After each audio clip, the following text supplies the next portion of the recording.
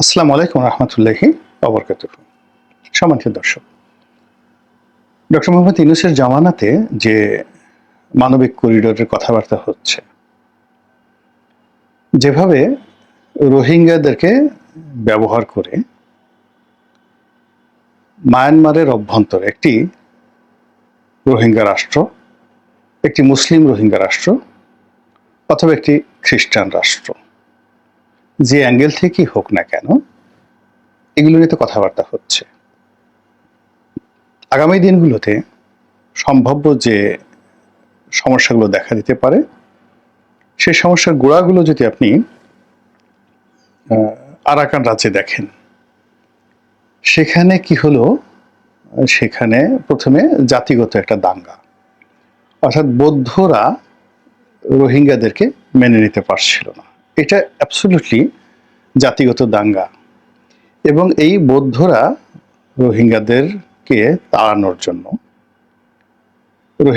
তাড়ানোর জন্য তারা কি করলো, তাদের উপর নির্মম জুলুম অত্যাচার শুরু করলো। ফলে রোহিঙ্গাদের মধ্যে বেশ কয়েকটা গ্রুপ হয়ে গেল সশস্ত্র, এবং এই গ্রুপগুলোর কয়েকটির সঙ্গে শেখ হাসিনার জমানার যে প্রশাসন, তাদের একটা যোগাযোগ হলো এবং এখান থেকে অর্থ অস্ত্র সরবরাহ করা হলো। এবং তারই প্রেক্ষিতে কি হলো, এই রোহিঙ্গাদের যে সশস্ত্র গ্রুপটি, তারা তৎকালীন সামরিক সরকারের যে সেনা চৌকি, পরপর কয়েকটা সেনা চৌকিতে আক্রমণ চালালো। তাহলে প্রথম যেটা হলো 2010-11 সনে বা 9-10 সনে কিছু রোহিঙ্গা এসেছিল। ওটার সঙ্গে আসলে মায়ানমার সরকারের বা সরকারি বাহিনীর কোনো ভূমিকা ছিল না, ওরা স্থানীয় বৌদ্ধদের সঙ্গে পেরে উঠছিল না। কিন্তু দ্বিতীয় দফায় যে 10 লাখ 12 লাখ রোহিঙ্গা এলো, এটা সরাসরি মায়ানমার সরকার তাদেরকে বাংলাদেশের মধ্যে পুশিং করেছে। এই কারণ হলো যে এই সশস্ত্র গ্রুপটি তখন আরাকান আর্মি তৈরি হয়নি, সশস্ত্র গ্রুপটি এই বাংলাদেশে এসেছে। রোহিঙ্গারা যখন বাংলাদেশে ঢুকে গেল, তখন এদের যে সশস্ত্র গ্রুপগুলো তারাও বাংলাদেশে ঢুকে গেল, এবং যেহেতু শেখ হাসিনা জমানার এই কাজগুলো সামরিক সিদ্ধান্তে হয়েছে, কাজেই রাজনৈতিক অঙ্গনের কেউ এই বিষয় নিয়ে কথা বলেনি, পত্রপত্রিকা লেখালেখি হয়নি। এর কারণ হলো তখন ডিজিএফআই থেকে শুরু করে সমস্ত প্রতিষ্ঠানের দাপট এত বেশি যে এই পুরো কর্মকাণ্ডের সঙ্গে যে আমাদের একটা সামরিক ভুল, রাজনৈতিক ভুল সিদ্ধান্ত ছিল, এটি ওই মুহূর্তে কেউ প্রকাশ করতে সাহস পায়নি, গোপনে গোপনে যে কাজগুলো করেছে। তো এই যে এখন চলে আসছে, অবস্থা দৃষ্টি মনে হতে পারে যে মায়ানমারের সামরিক সরকার এত খারাপ, তারা এই 12 লক্ষ লোককে পাঠিয়ে দিল, কিংবা বৌদ্ধরা এত খারাপ, কিন্তু এর ঘটনার পেছনে যে কলকাঠিতে ভুল সিদ্ধান্ত ছিল, সেই বিষয়গুলো এখন খোলামেলা আলোচনা করার সময় এসে গেছে।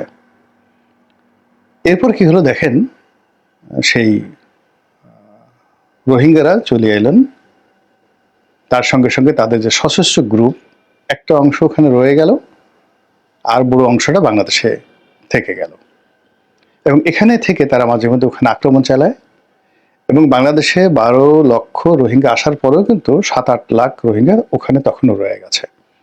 যারা এই বাংলাদেশে যে রোহিঙ্গা গ্রুপ যারা এসেছে, বা এই যে সকল সশস্ত্র গ্রুপ বাংলাদেশের সঙ্গে যোগাযোগ রক্ষা করতো, তাদেরকে তারা পছন্দ করতো না।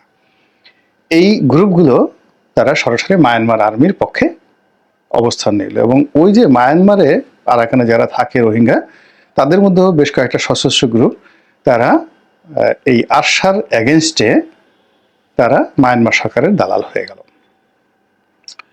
তো এরকম বিরাট একটা জনগোষ্ঠী যখন সেখান থেকে চলে আসলো, তখন বৌদ্ধদের মধ্যে এদের জায়গা জমি সম্পত্তি দখল করা নিয়ে অন্তর্দ্বন্দ্ব, ক্ল্যাশ শুরু হয়ে গেল। It's a huge vacuum. এবং সেখানে যুদ্ধ করতে গিয়েই এই আরাকান আর্মি চলে এলো, এবং আরাকান আর্মি যখন শক্তিশালী হয়ে গেল, তখন তারা প্রথমে নিজেদের মধ্যে যুদ্ধ করলো, তারপরে তারা মায়ানমার সেনাবাহিনীর সঙ্গে যুদ্ধ করলো, এবং যুদ্ধ করে আজকের এই জায়গাতে তারা পৌঁছে গেছে।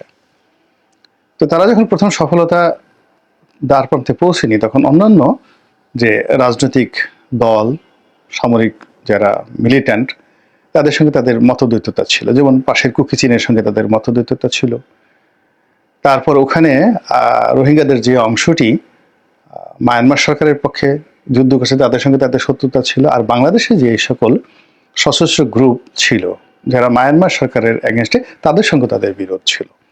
তো সকল বিরোধ অতিক্রম করে তারা আজকের এই অবস্থানে এসে পৌঁছে গেছে। তারা যখন বিজয়ের দ্বার প্রান্তে, তখন তারা বাংলাদেশ সরকারের কাছে সাহায্য চেয়েছিল যে ওই সমস্ত আরশা ঠাসা এদেরকে বাদ দিয়ে আমাদের সঙ্গে সহযোগিতা করেন, আমরা রোহিঙ্গাদের ব্যাপারে একটা ইতিবাচক আলোচনা করবো। কিন্তু ওই সুযোগটা বাংলাদেশ কাজে লাগাতে পারেনি। আমরা তো কিন্তু সবাই বলেছিলাম। এর কারণ হলো যখনই কোনো একটা সুযোগ আসে, এটা কূটনৈতিক অঙ্গনে 48 ঘন্টার বেশি থাকে না। বড় জোর দিন 15 বা 2 সপ্তাহ থেকে টানাটানি করা যায়, কিন্তু মোক্ষম সময় হলো 48 আওয়ার্স। তার মধ্যে সিদ্ধান্ত নিতে হয়।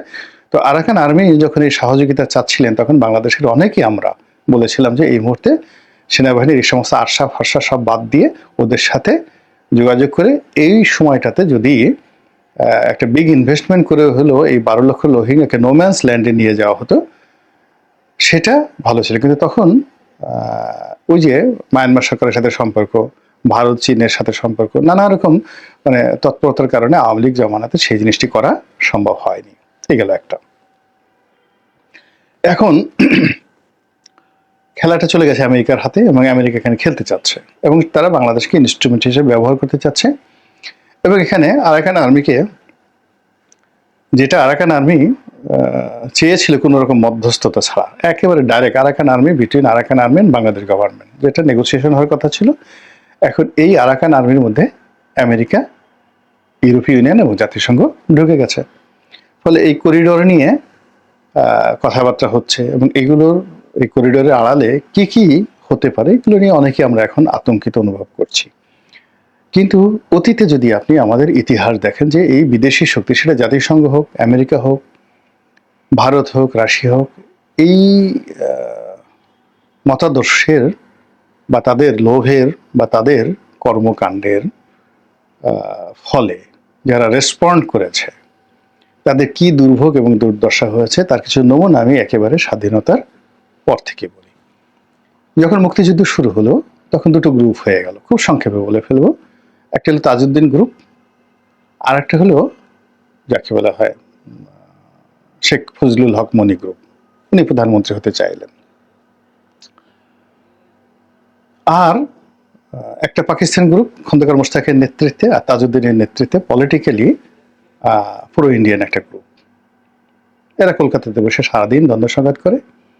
আর মুক্তিযোদ্ধাদের মধ্যেও বেশ কয়েকটি গ্রুপ হয়ে গেল। ঠিক ওই সময়টাতেই আব্দুর রাজ্জাক, ফজলুল হক মনি, তারা সবাই মিলে মুজিব বাহিনী গঠন করলেন। এবং এই মুজিব বাহিনীর দাপটি পরবর্তীকালে বঙ্গবন্ধু সরকারে এতটা প্রভাব বিস্তার করে যে তখন ছাত্রলীগ ভেঙে জাসদ হয়ে গেল।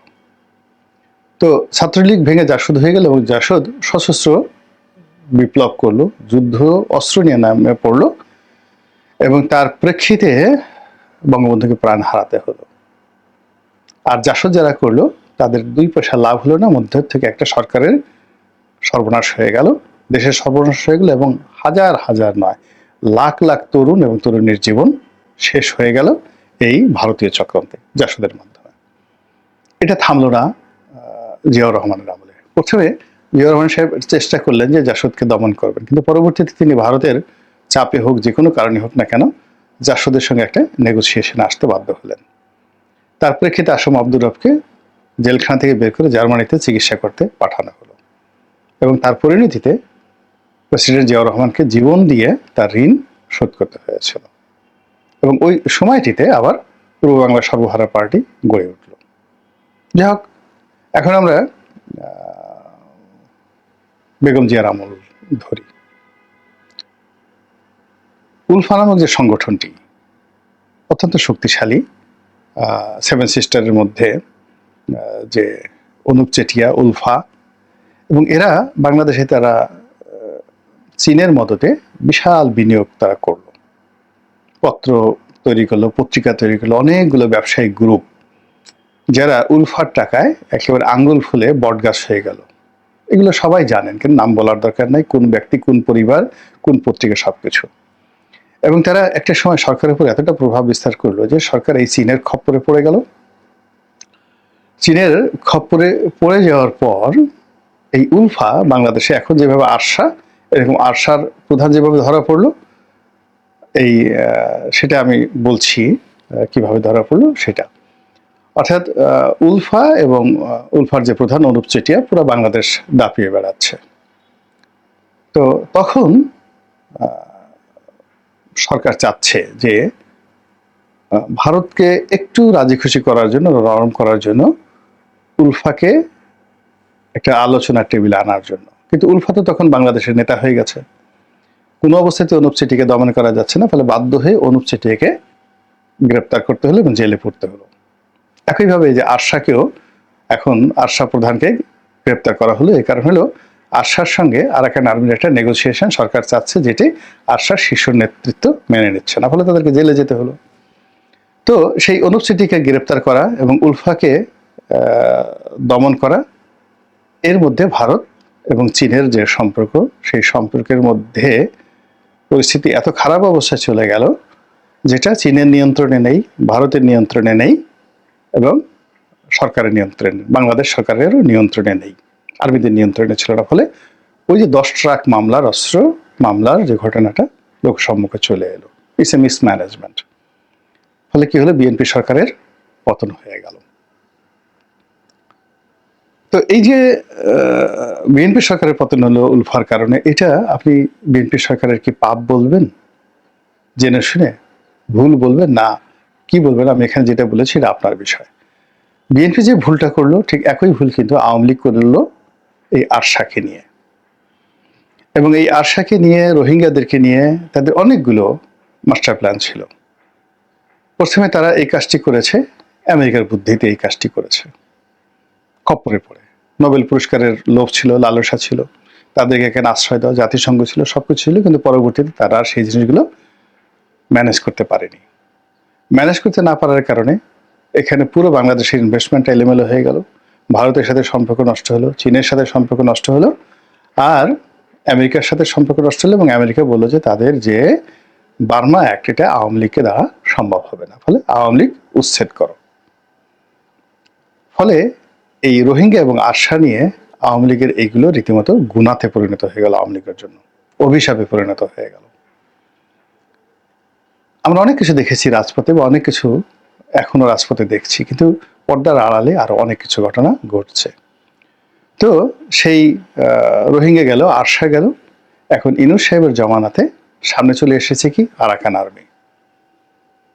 তো আরাকান আর্মি, অর্থাৎ যে কাজটি আরশাকে দিয়ে আমেরিকা করার চেষ্টা করেছে, ওটা প্রজেক্ট ফেল করার পর প্ল্যান সি অনুযায়ী বা প্ল্যান বি অনুযায়ী তারা এখন পিক আপ করেছে আরাকান আর্মিকে।